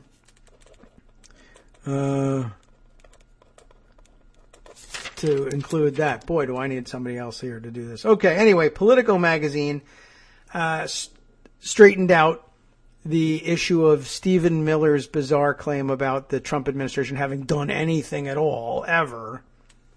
And the crazy claim that they've done more than some administrations do in 8 years in their 3 weeks. I said, that's nuts. They've done absolutely nothing. And Zachary Karabell, I guess, agrees in the pages of Politico magazine. President Trump has done almost nothing, is the headline. Tune out the noise coming from the White House. So far, very little has actually happened. Just 2 weeks, they say. When was this written? February 13th. So, all right. Just 2 weeks into Donald Trump's presidency, you would think that everything had changed. The uproar over the president's tweets grows louder by the day. So they're just talking about what it was like a week ago versus now. I mean, it's a current article. So, okay. And they are, I was wondering, that was weird because they do respond to Stephen Miller. But okay, so 2 weeks ago, you'd think everything had changed. The uproar over the president's tweets grows louder by the day, as does concern over the erratic, haphazard, and aggressive stance of the White House toward critics and those with different policy views. On Sunday, White House aide Stephen Miller bragged, quote, "We have a president who has done more in 3 weeks than most presidents have done in an entire administration." Well, duh. He just goes on to say, but Miller was dead wrong about this. There you go. There's a wide gap, a chasm even, between what the administration has said and what it has done. That's always true. There have been 45 executive orders or presidential memoranda signed, which may seem like a lot, but lags President Barack Obama's pace. More crucially, with the notable exception of the travel ban, almost none of these orders have mandated much action or clear change of current regulations, which is what we told you weeks ago, for instance, with the executive order that, we're laying the groundwork for the repeal of Obamacare. And my instant analysis of it and Armando's instant analysis of it was he's just restating that the secretaries that exist, anyway, of the various departments have within their discretion, if they have discretion, the ability to rule the other way on a lot of questions that were left to cabinet secretaries to decide. It's just that a different administration will decide them differently, and he's reminding them of that. Yeah, I think that still kind of holds up. Anyway, more crucially, with the notable exception of the travel ban, almost none of these orders mandated much action or clear change of current regulations. So far, Trump has behaved exactly like he has throughout his previous career. He has generated intense attention and sold himself as a man of action while doing little other than promote an image of himself as someone who gets things done. It is the illusion of a presidency, not the real thing. The key problem here is understanding Trump's executive orders and presidential memoranda. Trump very quickly seized on the signing of these as media opportunities, and each new order and memo has been staged and announced as dramatic steps to alter the course of the country. Not accustomed to presidents whose words mean little when it comes to actual policy, opponents have seized on these as proof that Trump represents a malign force. I mean, he does, but okay, maybe this isn't the best proof. While supporters have pointed to these as proof that Trump is actually fulfilling his campaign promises. Neither is correct, or both are. The official documents have all the patina of big deals, but when parsed and examined, turn out to be far, far less than they appear. Take the order authorizing the construction of a border wall between the United States and Mexico. The relevant section of the January 25th order read, "It is the policy of the executive branch to, secure the southern border of the United States through the immediate construction of a physical wall on the southern border, monitored and supported by adequate personnel so as to prevent illegal immigration, drug and human trafficking, and acts of terrorism." That sounds indeed like an order to fulfill a controversial campaign promise. The problem? Congress initially passed a Secure Fence Act in 2006 that required the construction of a nearly 700 miles of fortified border. By 2011, under the Obama administration, most of that was completed. With a mix of pedestrian fencing and vehicle fortifications, since then, there has only been minimal funding for further fortifications. The result is that Trump issued an executive order mandating something that has in many respects already been done, with no congressional funding yet to redo the current fortified border with a larger, more expensive structure. The president does not have the budgetary discretion to build such a wall, and it remains to be seen whether Congress will authorize what promises to be a controversial and redundant project. This executive order, therefore, changes nothing and only mandates something that has already been mandated, already been constructed, and that the president lacks the spending authority to upgrade. Then, take things like the Keystone Pipeline permits, the promise to deregulate, and the most recently signed orders about crime. The January 24th order on infrastructure begins with a sentiment almost anyone could agree with. Infrastructure investment strengthens our economic platform, makes America more competitive, creates millions of jobs, increases wages for American workers, and reduces the cost of goods and services for American families and consumers. Too often, infrastructure projects in the United States have been routinely and excessively delayed by agency processes and procedures. It then declares that the policy of the executive branch is to expedite the permitting of such projects. That was followed by 2 memoranda on the Keystone and Dakota Access pipelines that had been denied permits during the Obama tenure, which urges the companies to resubmit their permit applications for review.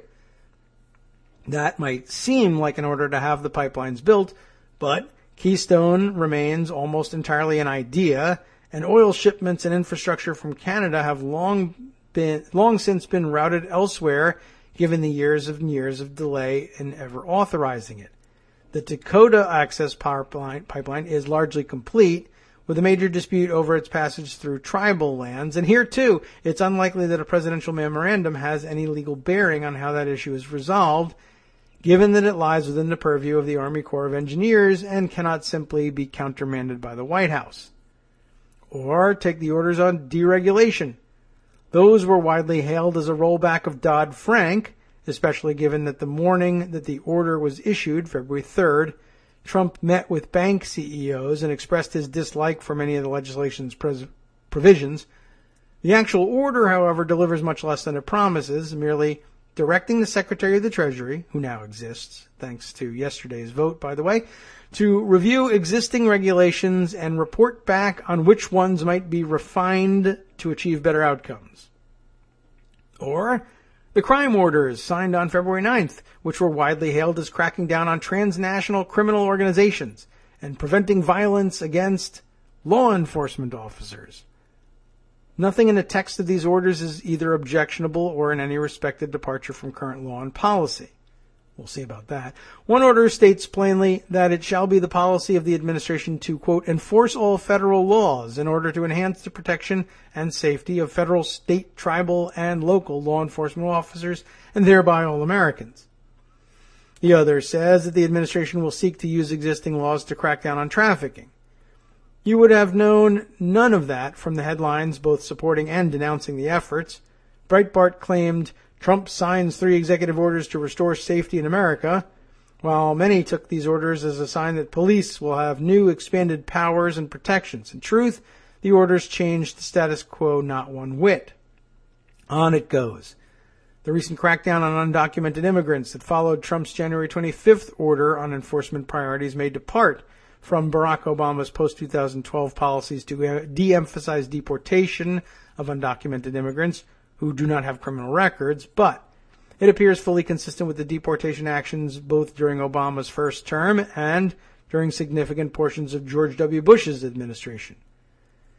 The orders on health care, on defeating ISIS, on rebuilding the armed forces, all were essentially statements of intent with no legal force and requiring no action except a mandate to relevant departments and agencies to study issues and report back. The travel ban, of course, is different. It was an actual policy order that dramatically changed immigration and visa policies for 7 Muslim-majority countries. It was swiftly rejected by the courts, however, which meant that the signature policy of the Trump administration is now not a policy at all, at least unless and until the White House finds a different approach. Yes, what the president says matters. Trump's casual relationship with the truth and his carefree use of tweets set the public agenda and help determine how foreign countries relate to our government. Intent also matters, and clearly the Trump administration is determined to do a variety of things, from border security to healthcare to trade to immigration, that many, many Americans find objectionable, wrong, and against the best interests of the country. And yet, words are not the same as actions. Trump can issue as many documents called executive orders and presidential memoranda as he wants.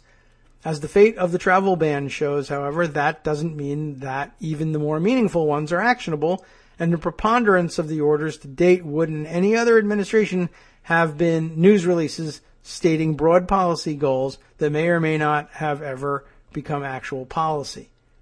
But too many of us take these words as action that confirms both the worst fears of what the Trump administration is and the greatest hopes of what Trump wants it to be, a White House that shoots first and asks questions later, a White House of action and change that shakes the status quo to the core and charts a new path for America and Americans.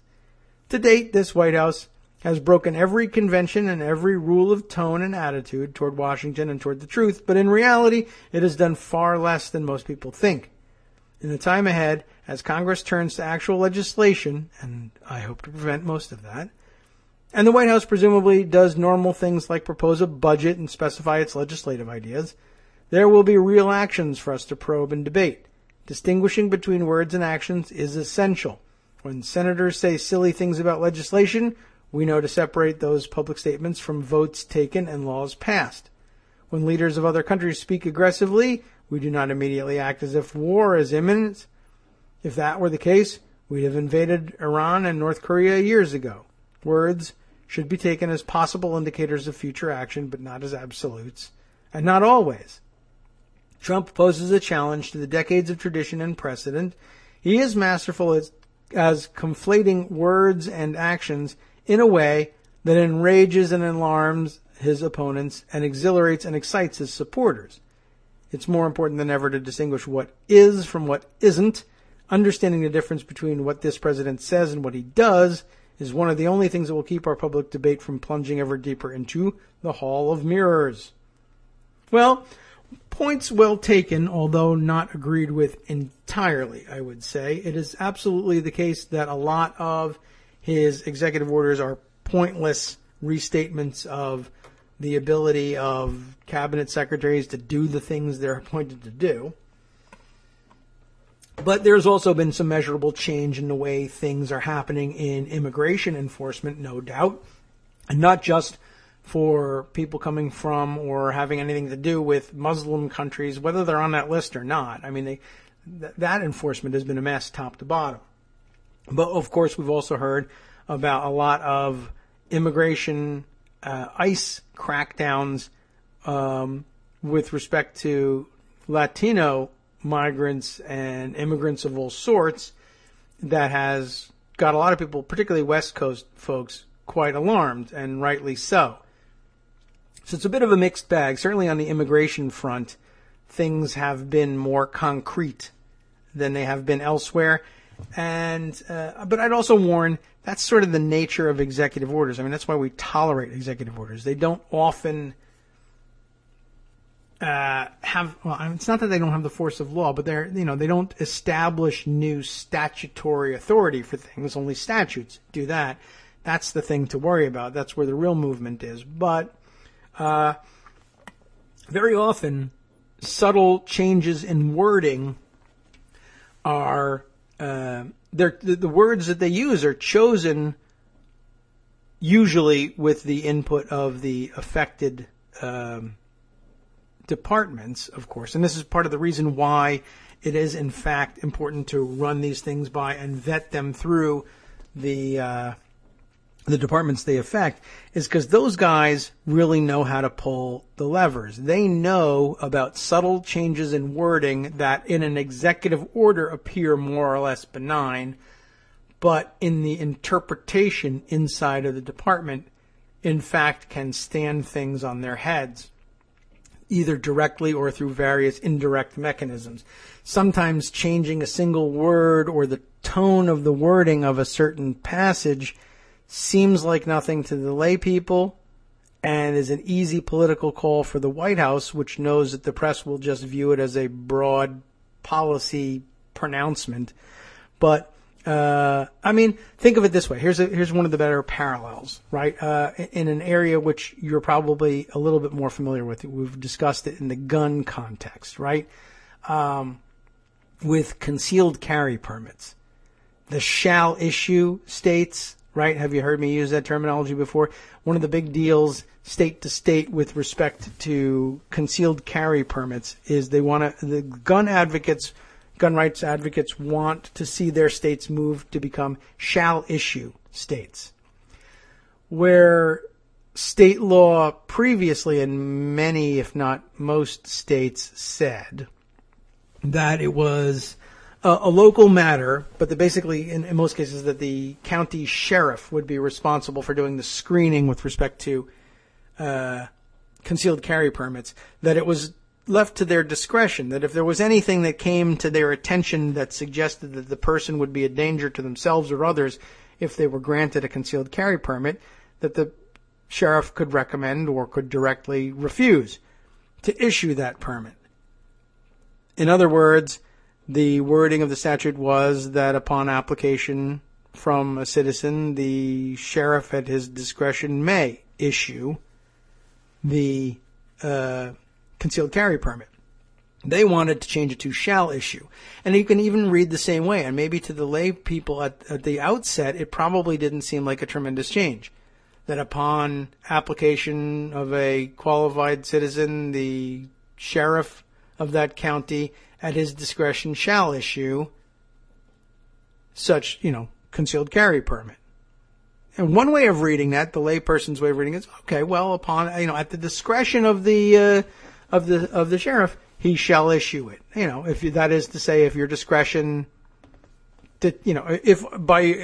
after you've applied your discretion, let's say, just to make the sentence work, you determine that there's nothing in the way, nothing alarming about this person, so you shall issue. Go ahead and if you should discover in your due diligence that this person is an enormous danger and a mass murderer, then at your discretion you shall issue it. Well, okay, my discretion says I shall not issue this, but as a legal term, shall means something very, very different from our lay interpretations of if you use your discretion and shall. And sometimes these statutes just remove the discretion altogether. The aim, and what I mean is they would remove the discretion, the word discretion from the statute. The aim is the same whether you leave discretion in there or not. The courts tend to interpret shall as you're going to do this no matter what, notwithstanding any other provisions of law, and whether your discretion says this is a good idea or a bad one, you shall issue the permit. Yes, you can have your discretion, but if the discretion tells you no, keep it to yourself because you shall issue this permit. That's the sort of thing that I mean. That's the closest analog I can come up with without a specific example from the executive orders, that sometimes what looks like benign wording changes means a great deal more inside the bureaucracy affected because they deal with that language, that nuance day in and day out. Okay, let's see. What else might we fit in here? Let's see. Parlio says, the piece I tweeted you is a cathartic, funny read. If it's a direction I want to go, I like cathartic, funny reads. What did you, I've lost track now at this point. I've scrolled further back. Frankie Boyle demolishes Trump in his typical satirical style. In The Guardian. Why not? Let's give it a shot. It's as valid direction as anything, the way we spent the day here. And the world's in chaos. Might as well just continue it. Let's take a look at this one. Donald Trump, a man so obnoxious that karma may see him reincarnated as himself. You're right. All presidents come into office with something to prove, so it's just rarely their sanity. Comedian Frankie Boyle asks if the answer to stopping him rests in our hands, better ours, which are much larger than Donald Trump's. Okay, America has gone from the Obama years to the Trump years, like going from the West Wing to a sitcom where the incidental music involves a tuba. I actually think Donald Trump is going to prove a lot of people wrong, but sadly not George Orwell, Margaret Atwood, or whoever wrote the Book of Revelation. It says a lot about the man that building a giant wall isn't even in the top 5 most Game of Thrones things about him. Of course, presidents always enter office with something to prove. It's just rarely their sanity. You look into Trump's eyes and you see the fear and confusion of a man who has just been told he's got stage 4 cervical cancer. He's a supervillain in a world without heroes, a man so obnoxious and unhappy that karma may see him reincarnated as himself. You kind of wish he'd get therapy, but at this stage it's like hiring a window cleaner for a burning building.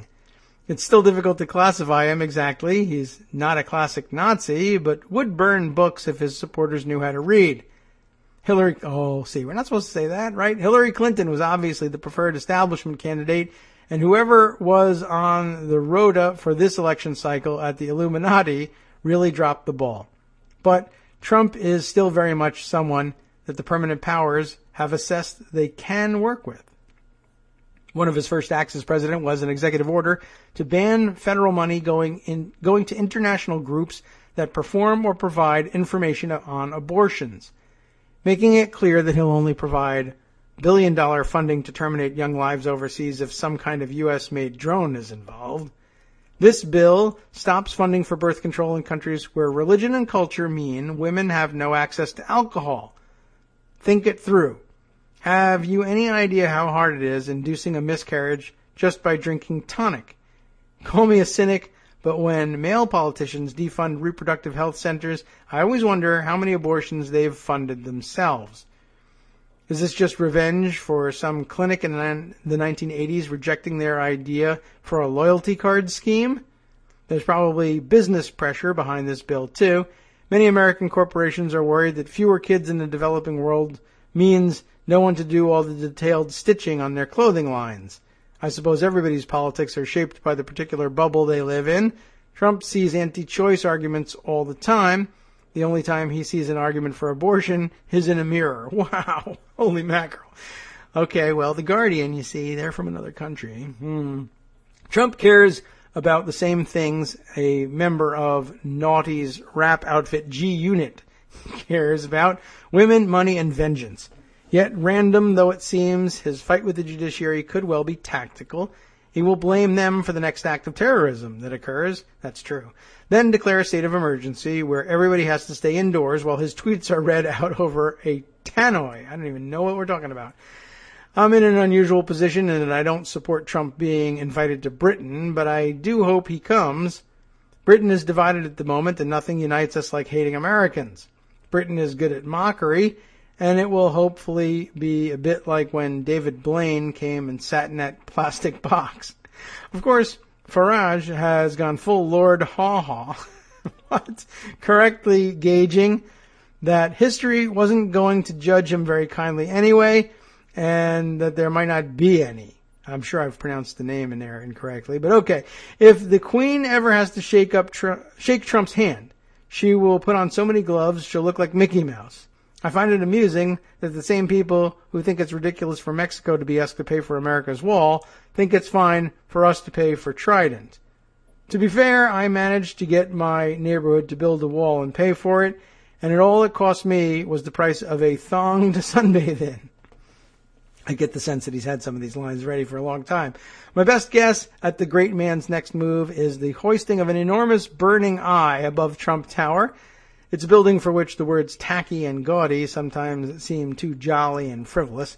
Close up, it looks like the memory stick where some giant alien sex killer stores his worst atrocities, or a version of the Black Slab in 2001, A Space Odyssey, sent to restore our consciousness to the level of chimpanzees. Trapped inside, Melania Trump has a look that I've never seen before, the eyes of someone waiting with increasing impatience for Stockholm Syndrome to set in. The look of a woman frantically trying to unlearn English, appalled to find that this only makes her understand her husband more clearly. Perhaps women trapped in marriages with monsters resort to plastic surgery so that it becomes easier to leave a wax head in their beds while they work on a tunnel at night. Perhaps the manicures are to hide the endless digging. Perhaps it's the secret of their figures. They're not dieting. They're eating those peanut butter and fried egg sandwiches Michael Phelps used to train on and spending their nights burrowing like an effing gopher. You have to say it's surprising that with so much to work with, the response from the Democratic establishment has been to suggest that Trump is a Russian spy.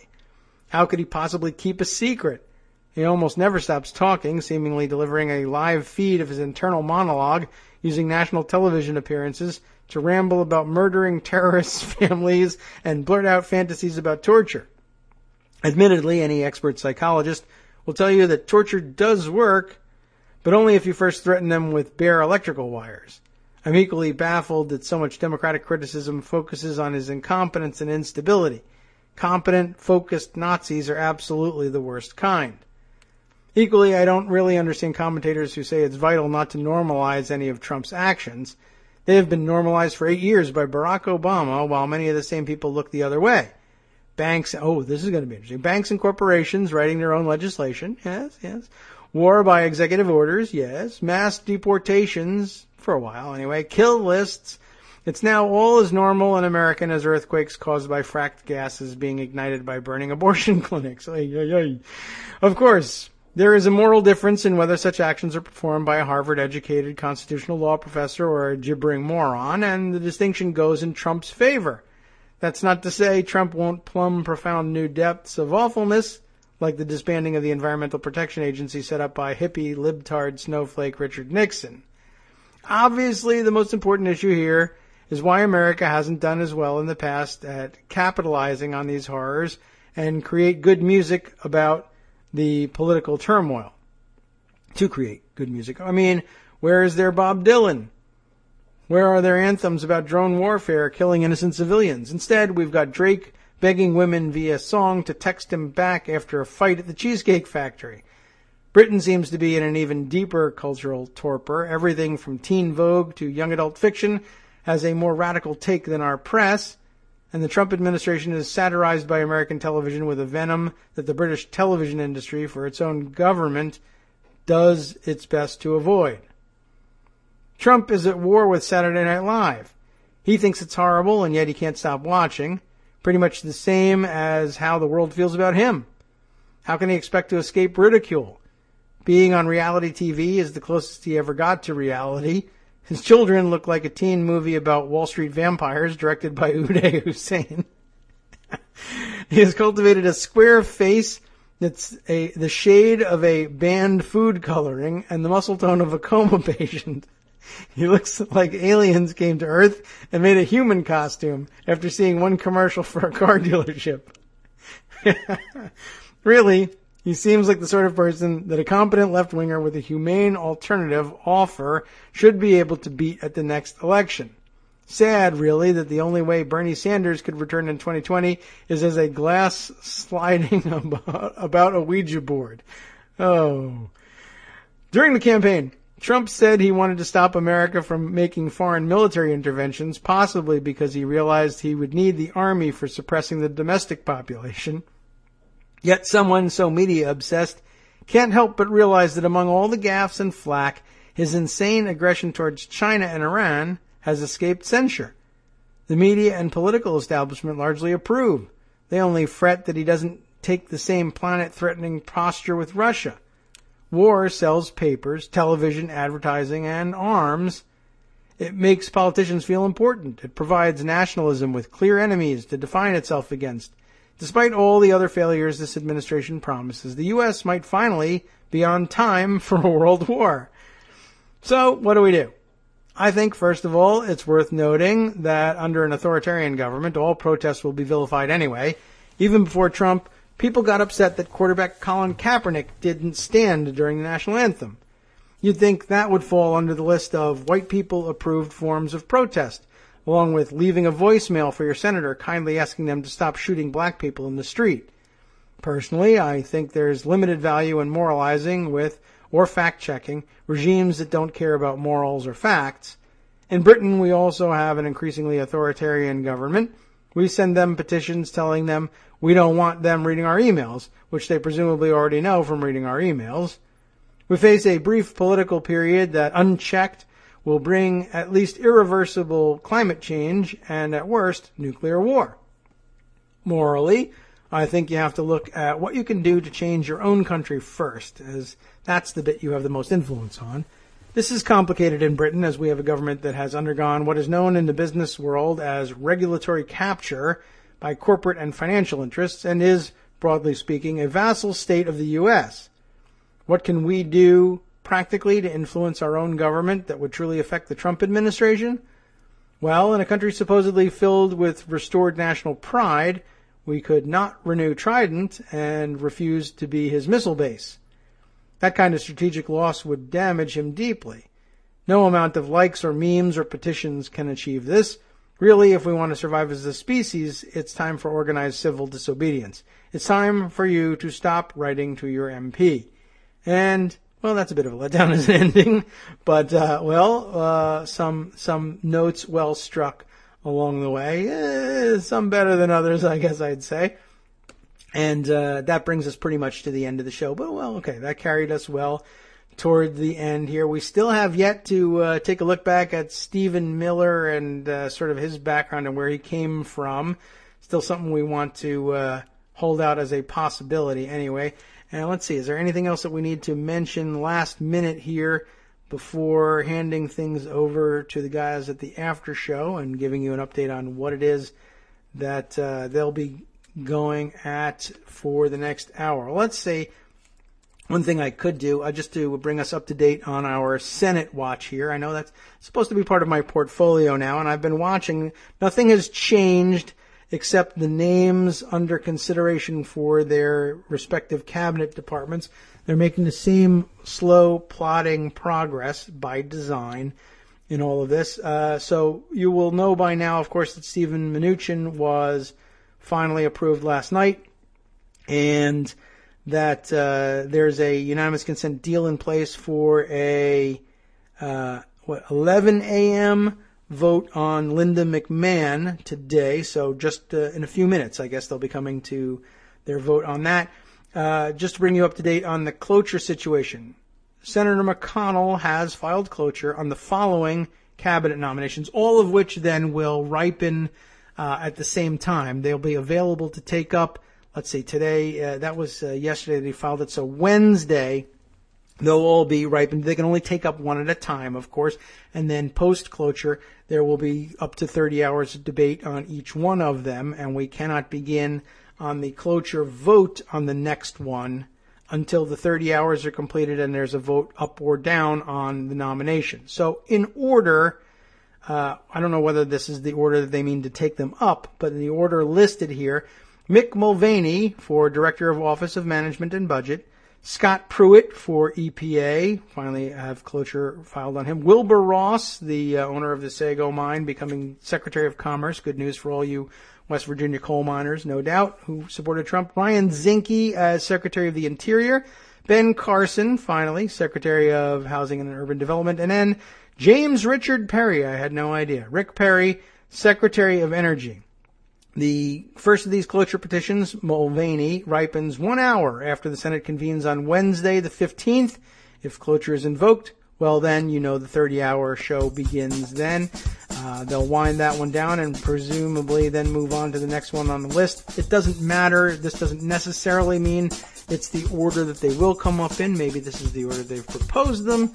But they know they're going to face a cloture fight on each one of these things, so they might as well get started anyway. So they'll get them done at about 3 to 4 per week, which probably brings us to 3 weeks or so worth of nominations before they finally finalize the Perry thing, unless they go over the weekends and around the clock the whole time.